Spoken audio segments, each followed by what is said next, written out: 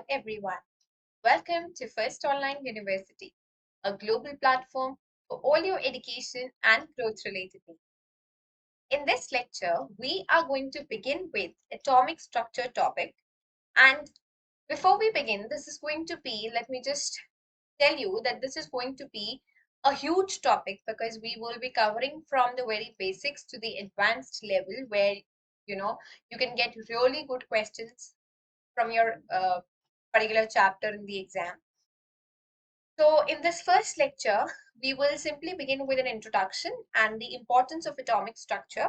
We will start with what is an atom, what is its importance, and everything introductory and very basic is going to be discussed in this lecture.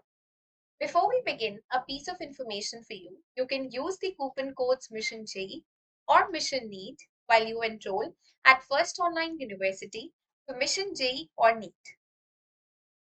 Let us now discuss the introduction and importance of atomic structure. Now, when I say atomic structure, it means the structure of an atom. And before we understand what the structure of an atom is, it is important for us to know what an atom in itself is. So, when you look at this particular figure, what do you see? You see that there is something which is different in the center from the rest of the part. So here, this is a structure, or this is what an atom looks like. Okay, so what do these images reflect? These images, okay, so before we actually talk about what these images are, you just have to go with the flow. Okay, so this particular figure, this particular slide says that you have to imagine that you've entered into the cosmos for a second. Okay, you know what is a cosmos? So, do you know what our scientists are doing round the clock, around the globe, 24/7, 365 days? The scientists around the globe are doing something. What are they doing? They are actually searching for the known and the unknown things in the cosmos, that is, in the universe. So, when you look at through a microscope to something that has been kept as the specimen, the most striking feature of the research is to search for something that is invisible to the naked eye, or something that we cannot even see through the microscope. So early thinkers, they speculated on the idea that matter was made up of extremely small particles which had characteristic properties. Now, when I say matter, matter is made up of small particles. Okay, so this was matter, and when we go into the microscopic level of it, we realize that particles make up matter. So matter is made up of particles, and particles are made up of molecules. Molecules are further made up of atoms, and here the reason is that if we were able to subdivide any sample of matter that was given to us into smaller and smaller pieces into the corresponding particles and further subdivision into molecules and then atoms, but that could not be possible. We could only subdivide it up to the particle stage. Then how do we come to realize that these particles are made up of molecules and the molecules are further made up of atoms, and there is another composition that is associated with the atom itself? So the origin of the word atom has been basically from the Greek word meaning atomio, okay, which means uncuttable or non-divisible.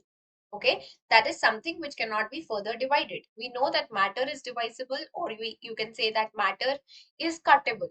Okay, we can divide it into particles. Then we can subdivide the particles into molecules, and molecules can be further subdivided into atoms. But at that time, earlier times, it was known that this atom could not be further divided. That's true, we cannot divide, but that does not mean that atom is going to be the smallest entity known to us. So, what was the first theory of matter that has a sound scientific base, something based on rationality, something that is, has some credibility?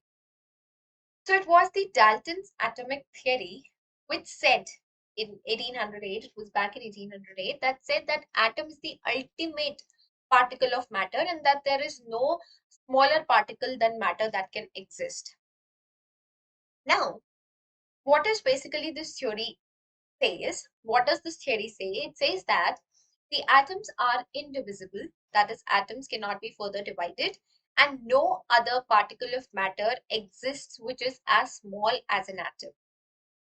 But now, after so much research and works of scientists, various scientists, we have come to know that there are particles which are even smaller than an atom, and these are called subatomic particles. Why do we call them as subatomic particles? Now, if you carefully notice, this word sub has been derived from something like subscript. Okay, so if we have a main letter, suppose A, that has been written, and we write something in the bottom, that is, say, A1, we call that 1 is the subscript of A.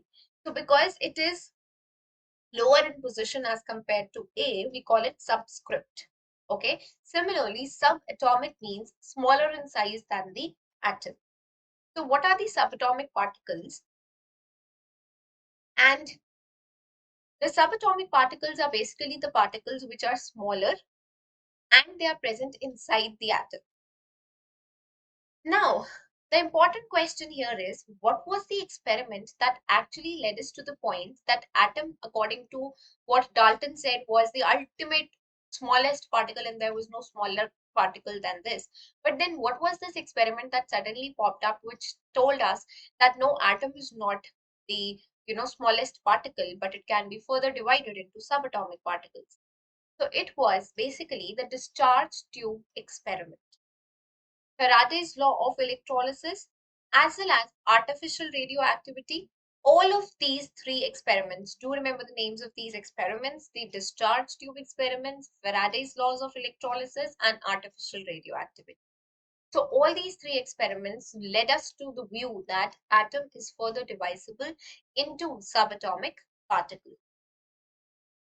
Now, what are these subatomic particles and initially that were discovered? So first was the electron.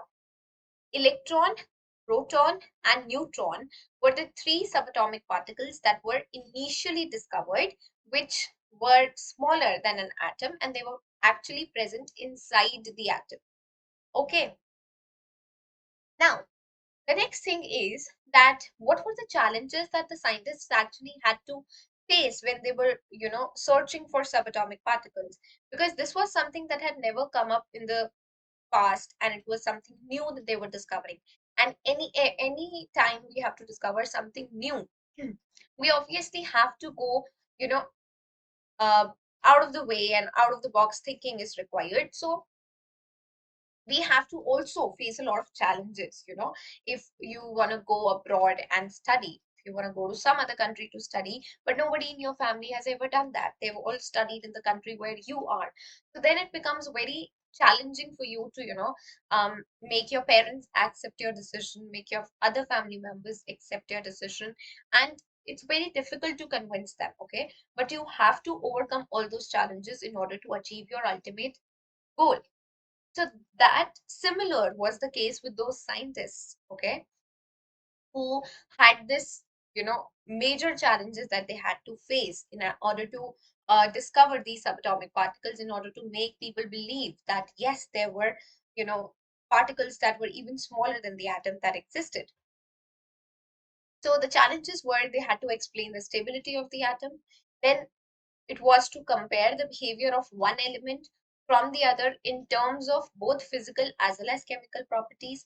Then it was also important to explain the formation of different kinds of molecules by the combination of different atoms, and to understand the origin and nature of the characteristics of electromagnetic radiations that were absorbed or emitted by atoms. Do not go into deep confusion as to you're not able to understand it. Slowly and gradually, as we look at it, we'll be able to understand everything. So all these four things we will be taking up in the upcoming chapters, in the upcoming lectures within the same chapter. You can subscribe to our YouTube channel for joining YouTube live classes for best NEET or JEE coaching.